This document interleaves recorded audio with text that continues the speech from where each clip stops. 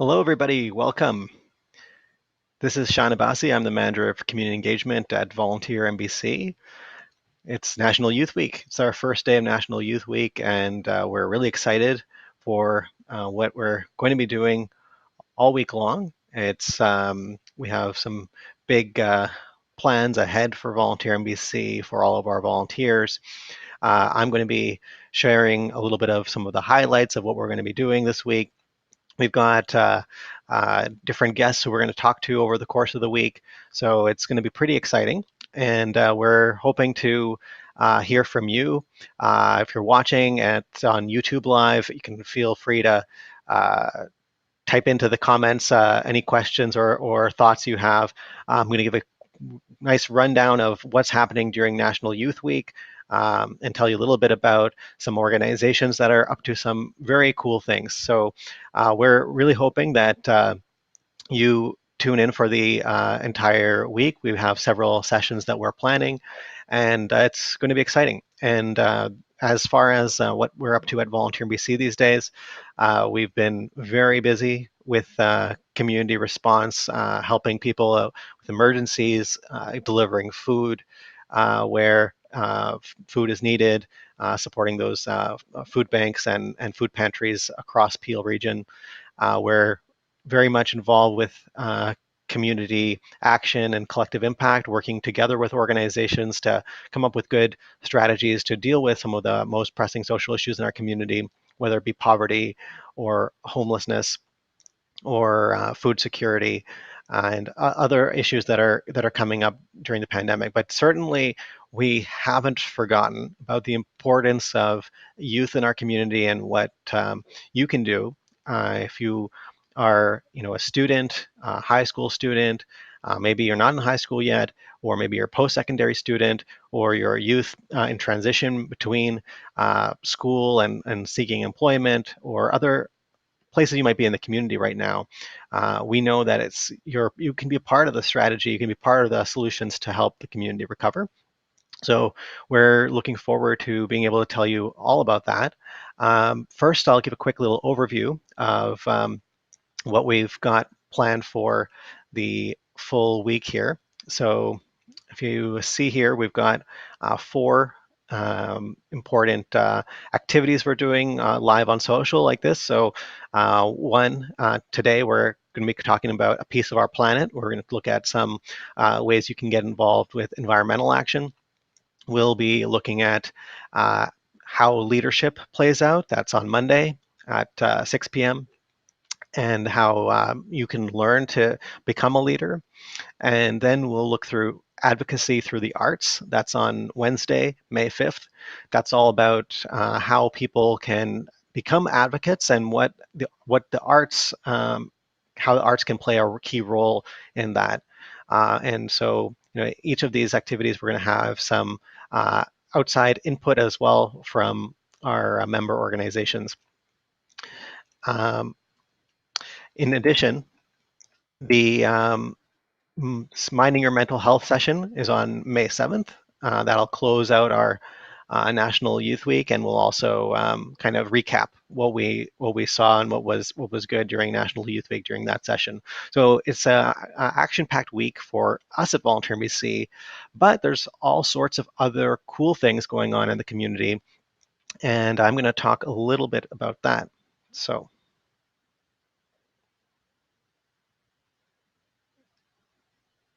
Week, and that's something that I think is pretty exciting. So just coming back to how this is all meant to play out. So today we'll be talking about some of the environmental volunteer opportunities. And first, I'm going to show a few neat things that are going on. But a week and change ago, we were celebrating National Volunteer Week, which is a very important week at Volunteer BC. Traditionally, over the years, this was the year that we held. It was the time of year where we held our virtual V Oscars. That's our awards where all of our member organizations are invited to submit nominations.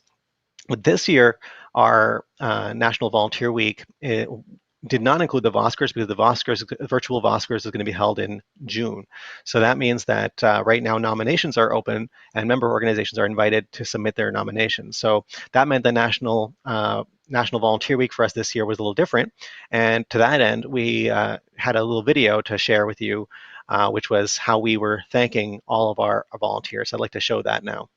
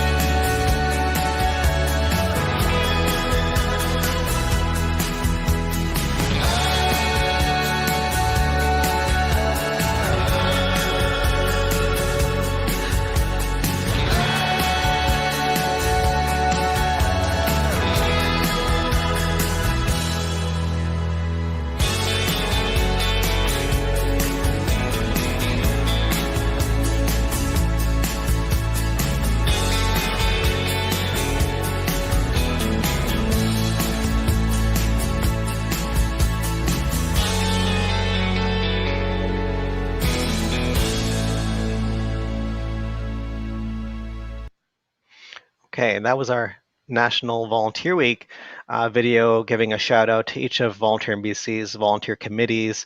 So we engage a lot of volunteers at Volunteer in BC, and over the course of the year, we'll be getting input also from various volunteers on our media team. So that's something exciting as well that we'll be up to. But now, shifting gears a little bit, we're going to, and again, we'll throw a link into the chat to that for people to take a look. So be sure to register for that and get involved right away. So already the weekend is kicked off with quite a few neat things that are happening. Back to the rest of the activities that are happening during National Youth Week at the City of Brampton. They have invited Youth for the Credit, so the Credit Valley Conservation, one of our member organizations, has an event. That's going to be pretty cool, teaching people a little bit about how they can get involved with conservation projects. And there's some mentorship, and that's a pretty neat activity. Then there's some additional recreation activities happening. The Girls and Women in Sports Leadership Conference is happening. Create Your Own Custom T-shirt is happening, hosted by another one of our member organizations, the Punjabi Community Health Services. So certainly quite a few activities already this weekend. Okay, we'll look at some of the other activities that are happening on this list later. I want to also share some of the other highlights that I think are going to be pretty notable. So instead, I'm going to switch over to another feed here. So this one is a pretty neat activity. This is the EcoBuzz conference that is being hosted by Peel Environmental Youth Alliance. That's or known as PEASH for short. So PEA is a youth alliance that's youth all across Peel. School reps are involved, and you can join PEA. It's a great group. Their parent organization is EcoSource, one of our member organizations at Volunteer in BC. So their big conference of the year is called EcoBuzz. And it's a really exciting conference. It has a lot of different dimensions to it. You meet a lot of people, and this year it's virtual. So you can attend that. It's on May 20th and 21st. And again, we'll throw a link into the chat for the EcoBuzz conference so that you can register for that. So a lot of stuff that's happening is pretty neat in our community. We've got many things that have been going on and that organizations are up to. At one of the interesting volunteer opportunities that's available. So this is from another one from EcoSource. So they have looking for a garden volunteer for their Growing for Our Good program. So this is on volunteerinbc.org. You can go and create your volunteer profile and apply for this position. They're looking for um, anybody of any age. Their minimum age they've put here is 3 years old. So, if you're in middle school, maybe or in elementary school, think about participating in this program. And there's some training that happens. It takes place at the Iceland Teaching Garden, and then they've described basically how this is happening, but effectively, this is something that they're recruiting for, and it's happening even during the pandemic, so that you can go in and recruit, and they have it all safely distanced and so forth. And so they've expressed here, the COVID-related details about, some PPE would be required, and by that they mean masks, and then on top of that, what you can do. So a lot of gardening related tasks and a few other cool opportunities to actually get your hands into the ground and doing some action here. So they've mentioned weeding, preparing beds for planting seeds, transplanting, harvesting. So that's a really cool one. In the Riverwood video that I showed you, what you were seeing was people doing conservation work in terms of surveying and monitoring. So there's definitely a lot of things that happen on a local level, and that's kind of what we wanted to talk about today. Another one that I wanted to share as a useful opportunity is at the Riverwood. So they have a summer program that they're recruiting for now. So you can certainly take a look at this position with the Riverwood. I was sort of like what you're seeing in that video.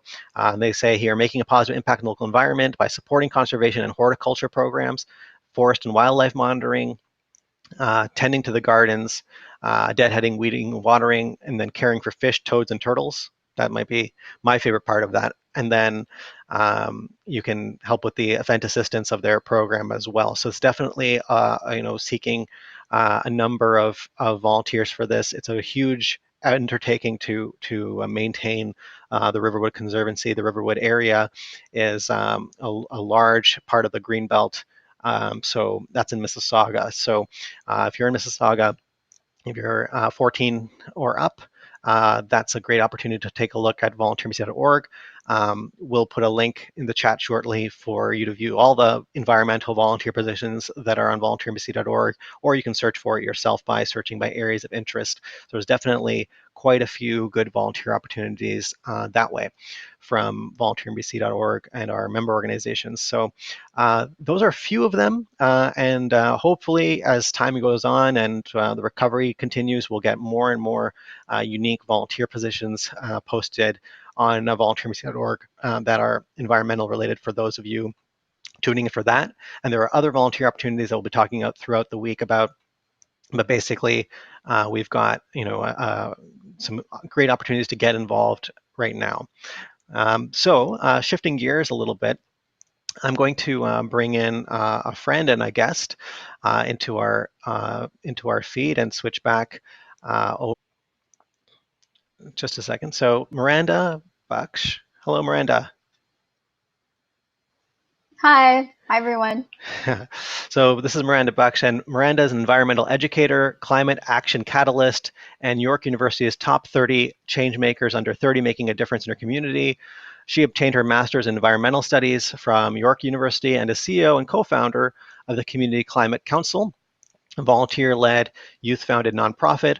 Her passion for biodiversity conservation led her to study ecohealth at DRR in Costa Rica and Belize, which brought her closer to local climate activism in Brampton.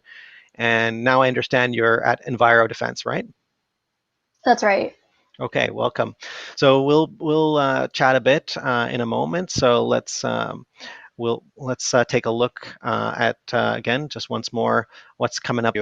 So first of all, tell us a little bit about what the Community Climate Council does. Yeah, for sure. So The Community Climate Council is a youth-founded and volunteer-led nonprofit organization based in Brampton, Ontario.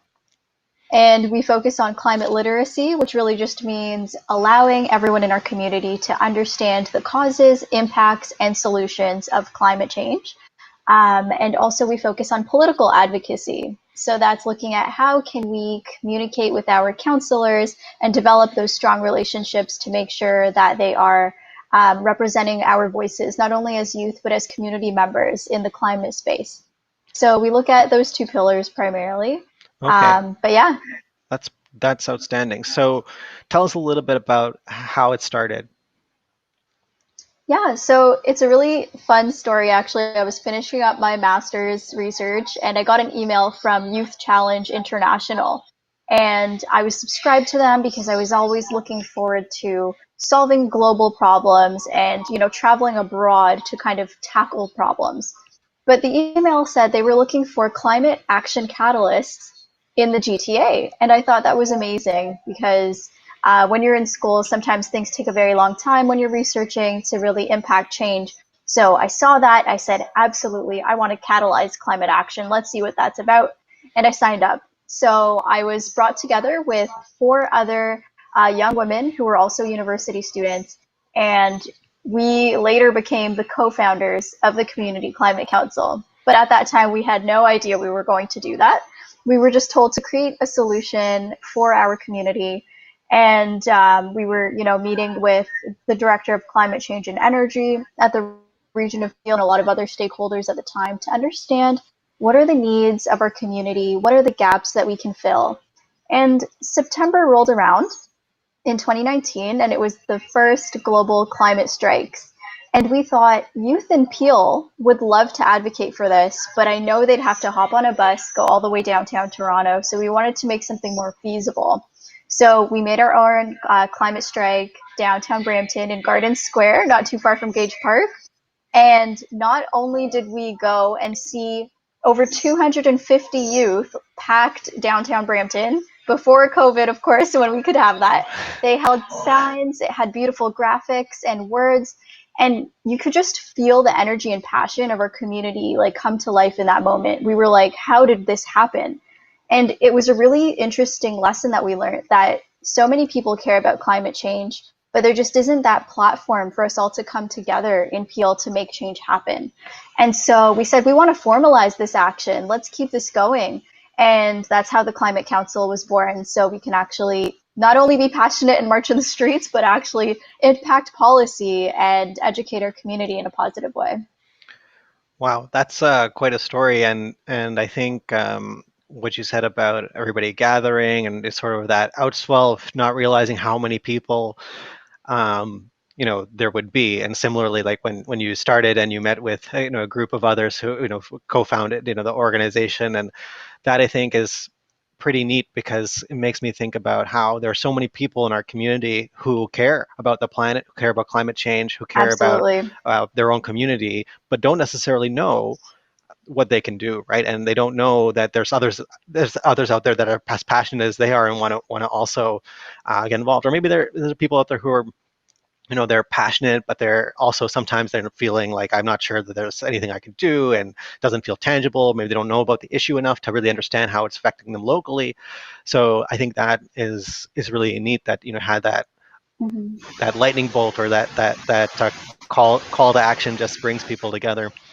So now, one of the things I wanted to know a little bit more is about you. So, what do you enjoy most about this and volunteering in general? That's a really great question. There is just so much that is rewarding about it. And the fact that we have now 30 volunteers, and despite everyone being in school or work and still finding time to do this, I think really speaks to how much we really enjoy this. And I think we're really just all very passion led, passion driven, and, we just really need to do this. I think it's just, I'm the type of person where if I see a problem, I can't sit back and just know the problem is worsening. I need to get in there and try to find a solution. So something that I really love about it is being able to speak and do outreach. We're speaking to so many youth and inspiring a lot of youth to start their own councils. And there's actually quite a few popping up in Ontario right now. We've also prepared educational guides if anyone is interested in starting their own council. We partnered with a counselor in Windsor, Ontario to do that. There's just so many projects that have emerged for our city and for our community members that never would have came to life if the council and the amazing members that I have on my team didn't come together. So there's so much that I love about it. That's great. For those folks just tuning in, we're talking to Miranda Baksh of the Community Climate Council, youth-led, youth-initiated, all volunteer council. Is that correct? Yes, that's right. Yeah. So how does it work in terms of like the local bringing that global issue of climate change to the local level? That's such an amazing question. So it kind of brings me back to when I saw that Youth Challenge International email. And we sometimes always think that in order to advocate for change or solve problems, we have to go elsewhere where we see those problems. So where you see the hurricanes, where there's flooding, the coral bleaching. And yes, those things are happening. But in order to actually go there and make solutions happen, it really does start right here at home. So something we like to say a lot is think global, but act local. And what that really means is sometimes it can be daunting, especially for youth, when we're so connected to the biodiversity loss and so many other changes that are happening in Peel and around the world. Sometimes it seems like you can't get over there, but really you don't need to. You need to just start here. And so as Canadians, we have a lot of amazing privilege, the privilege of time to be able to, not experience climate change and hurricanes and that kind of thing. And secondly, education. So we have a lot of education at our fingertips, and we can really just tap into communities like the council or any other advocacy groups to mitigate our impact to other countries that are experiencing climate change around the world. Yeah, I think one of the, as I was saying earlier, like this, the thinking about the pandemic and how some countries are suffering more. Obviously, we are not out of the woods at all here locally, but that on top of everything that's going on with the pandemic, you've got the impacts of climate change, and they're kind of you can't discount that there's a relationship between those two things either. So that's really insightful. But so you talked a little bit about advocacy, maybe for the benefit of folks out there who may not necessarily know how to define this word advocacy in a way that um, they can relate to, or it sort of sounds like a complicated word that maybe that not anybody can do. So in your words, what would you say is advocacy, and what is it? What should people in the community think of it, and in terms of how they might be able to play a role in that? Definitely. So advocacy really starts from caring. If you care about anything that you're passionate about, the next step is either protecting that thing or educating people about it because you love it so much. And that really is advocacy in a nutshell. Sometimes when we think about advocacy, it sounds very daunting, like you have to go out in the streets or you have to have a degree or you have to be 18, and that just isn't true. If you're passionate about Lego blocks and you're telling your friends to, buy Legos, like you're an advocate for Lego. So really, it can be very simple. And I think all of us, we are all advocates in our own right, whether you think so or not. And even myself in that space, it took me a while to realize I'm an advocate and an activist. And it's because we sometimes think those labels are outside of us, but really each and every one of us are advocates for something that we really care deeply about. Yeah, and I know that we have a number of other organizations in the umbrella of Volunteer in BC, our member organizations that um, want to advocate. And so one of the things that we always say at Volunteer in BC is that advocacy is a numbers game where you have strength in numbers. The more people who get involved, the stronger that advocacy is. So it's adding your voice, right? It's saying, yeah, I do care, and that's Right. something really powerful. So with all of our member organizations, when we wanted to also address complex issues, environmental, but also whether it's anti-poverty, anti-racism, or other things that are going on in the community, we realize that each organization on its own may have a lot of people, staff, or volunteers that they engage, and then we want to pool them all together and come together on things. And that same thing with National Youth Week. We know that youth want to get involved, and so we're bringing together people that like yourself and others who want to let people know that there's stuff that they can do. So that's really meaningful to me. So I know that the Community Climate Council has a lot of different activities that it's up to these days. But I know that one that caught my attention was the Climate Cafe. Could you speak a little bit about what that is? Absolutely. So, bouncing back off of what you said, it's so important to realize that climate change is a local issue. It's something that we're living through right now. It's not something that will go away. It's something we need to adapt to live with, and we have to mitigate the effects that we live through. And with that, climate change is also not an environmental issue. It's very much a social issue. So the things you were talking about, like racial justice, social imbalances, and like other things like that, and inequality, food security. You were talking about the food banks earlier. All of that is really encompassed within climate change because so many aspects of our society are going to be impacted. So while that sounds daunting, it also means that one solution has many impacts across the board. So it's actually a great thing as well. And so what the Climate Cafe is, it's a space for youth or anyone really, whether you identify as an activist or not. But if you really are just realizing the impacts of the changes that our planet's going through and you want to get together with other like-minded individuals, it's a space where we talk about mental health and environmentalism. So there are two terms that we talk about quite a bit. One is ecological grief.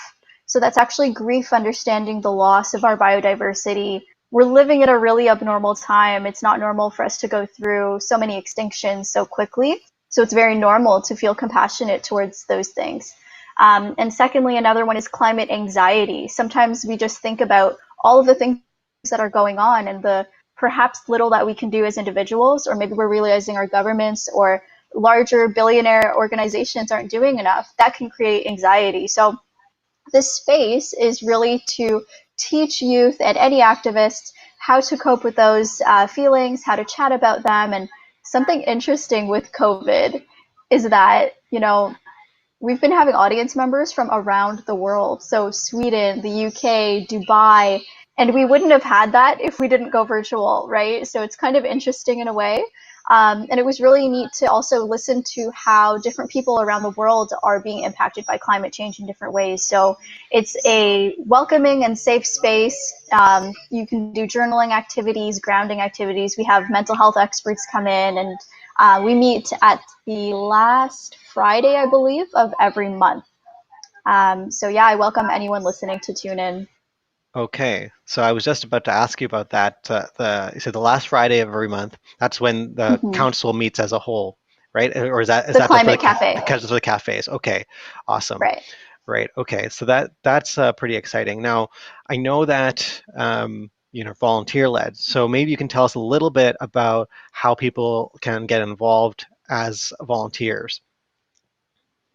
Definitely. So we have some volunteer positions open to be council members. So if you volunteer with us, it's usually about maybe like 10 hours a week-ish, and we have different teams. So whether you're interested in political advocacy, education, nature, and then we also have the back end things of organizations, of course, we're looking for. So even if you feel like you aren't an environmentalist, or maybe if you feel like you don't know enough about the climate, it doesn't matter. We're really looking for anyone at all.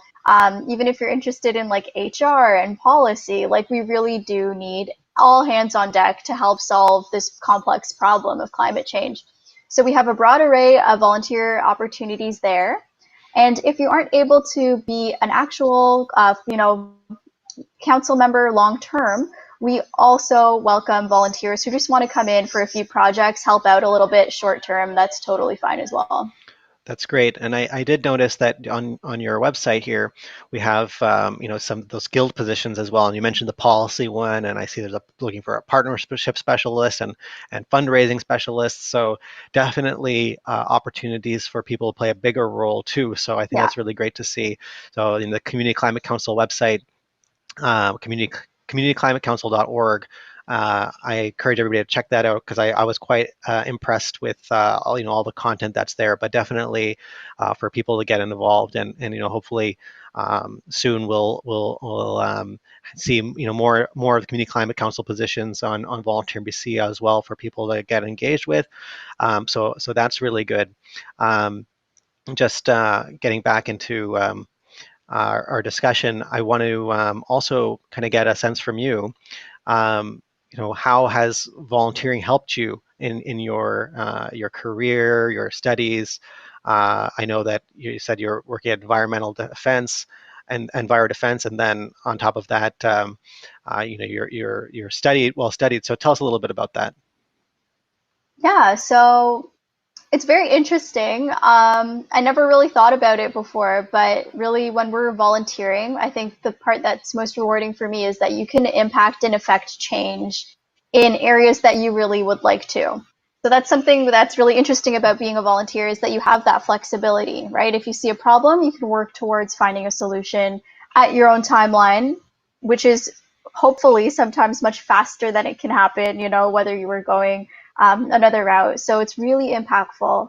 And another thing I love about it is that it's very rewarding. You see your tangible results, and you also are working on the council with people who are so creative, and they always just have really interesting solutions. So in my career, I think it's really interesting because, of course, I did my master's in environmental studies, and going through the incorporation process of a nonprofit and hiring and onboarding people, having a team, and the whole management side is something that we all collectively kind of learned on the go, and now I'm able to have a lot of skills. So whether it's public speaking, leadership, the back end policies of an organization. So it's really interesting that I gained skills that I never thought that I would explore, and I never realized I loved so much as well.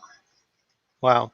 Yeah, and I think when you speak to some of the skills that people develop, that's something that at Volunteer in BC we're trying to um, maximize what people can learn how to do, and also the skills they already have that they want to demonstrate. And they say, well, I need a way to show that I have this experience or that I have this knowledge. But Exactly. and I think the opportunities for getting a good reference from someone when they volunteer, or to network and meet other people who might know, hey, there's an opportunity for to apply for a position later.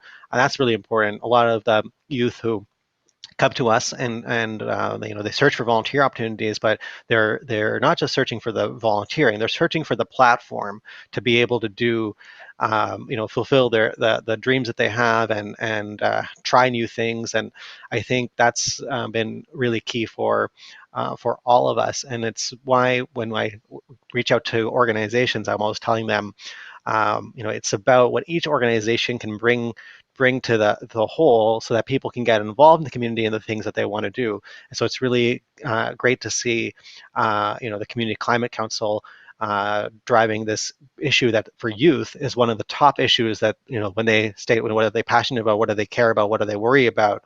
They think about the environment, they think about climate change, and they don't always know that there's an avenue to be able to take some action on that. So that's fantastic. Right. And that's a really great point that you mentioned that while people are volunteering, they are developing those professional skills. There is a huge professional development component to it. So I think that's really interesting. And it's really nice to see a lot of our volunteers who came in. They maybe studied in HR or finance and did some grant writing, etc. They're able to apply those skills they're learning in school. And so many of them have been able to get jobs. So we also post a lot of jobs that are available in related fields. And it's been really rewarding to see that they gained tangible skills at the council, and now they are career, professionals in the environment or whatever other field they were hoping to get into. So you're so right. Volunteerism is really, really valuable. Yeah, and I just noticed a question come through the chat, so we can take a couple questions. So came Awesome. through on Twitter.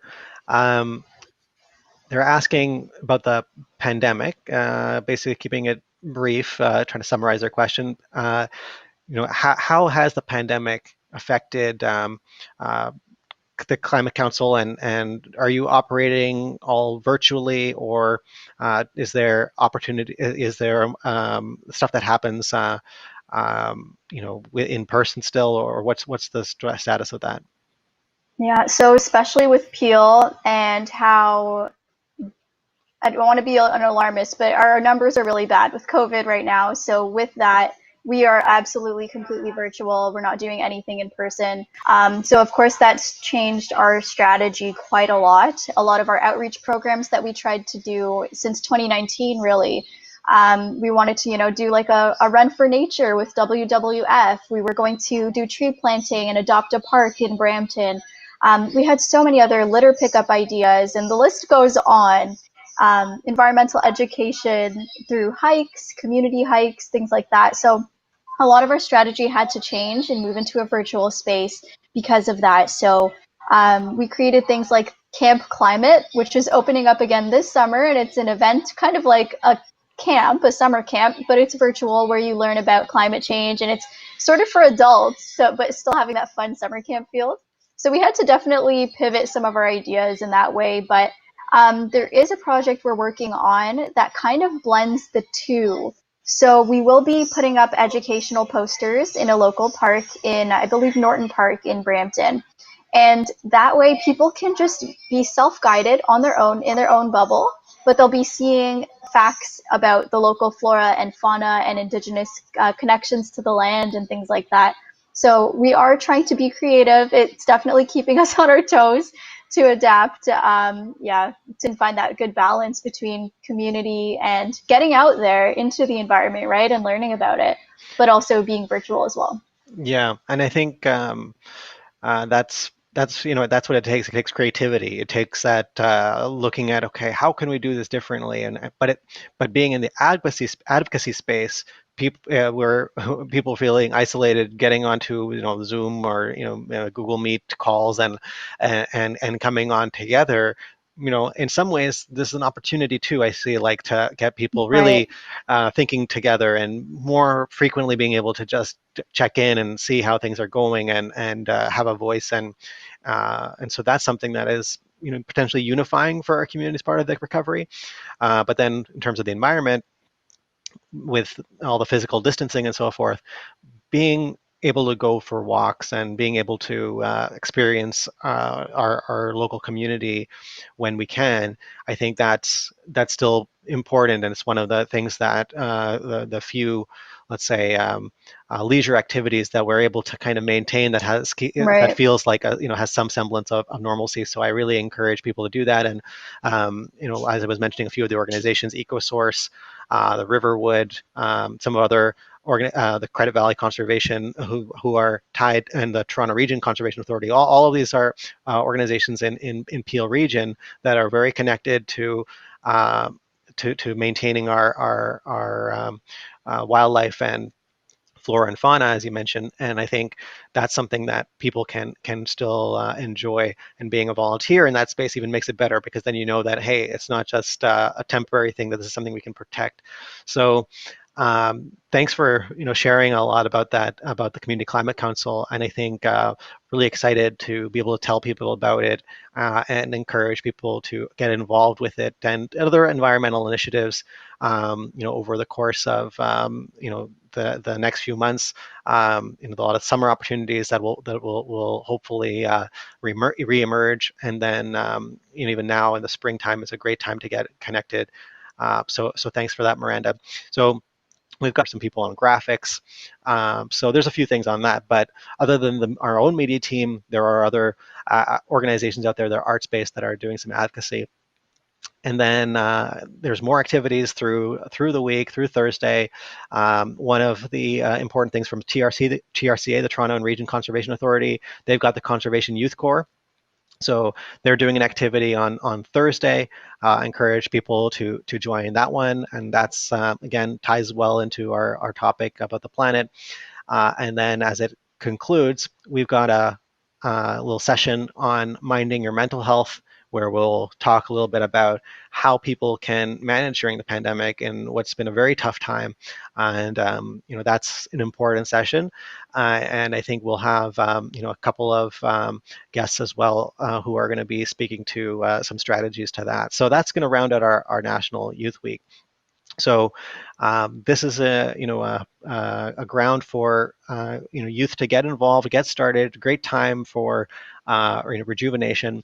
I do want to also recognize that for Volunteer in BC, we've been fortunate in that we've had a lot of support from our organizations that have been really trying to make a difference, from volunteers coming together for new initiatives. Some of them I mentioned in our in our sort of thank you video around National Volunteer Week, but including people making homemade masks and people delivering food and essentials. And so there's a lot of people in the community who are stepping up during the pandemic, but it's also taking a toll on our mental health. So that's why that session on Friday will hopefully provide some support. And even though everybody is accessing all the tips and tricks to manage their mental health, it would be a great reminder as we round out the week. If you are a high school student and you're interested in volunteering, all you got to do is visit volunteerinbc.org. I want to kind of just give a quick idea to people around how that works. So one of the key things for us is our referral service. So this basically works where you can visit volunteerinbc.org, you come to our homepage, you click on volunteer opportunities, right? And then it allows you to search. So you can search by your age category, right? And you can even search for environmental opportunities, or you can, I like to start with select all, start with the widest thing, and be open about the types of things that you can do, and look through what's available. You can include your availability and location, although a lot of positions are turning into virtual positions anyway, so we can take a look at that.